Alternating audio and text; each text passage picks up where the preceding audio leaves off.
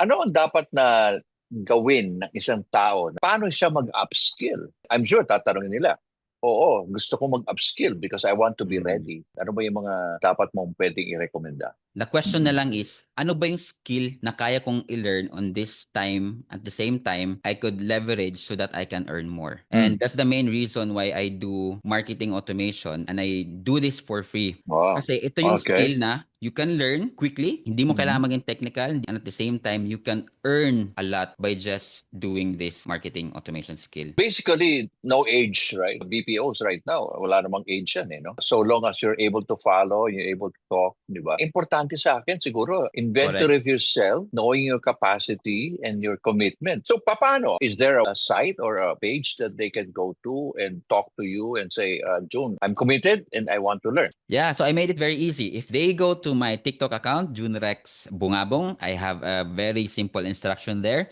which is just to DM me the word automation. I-message mo lang ako, keyword automation, and I'll send the free course link sa inyo.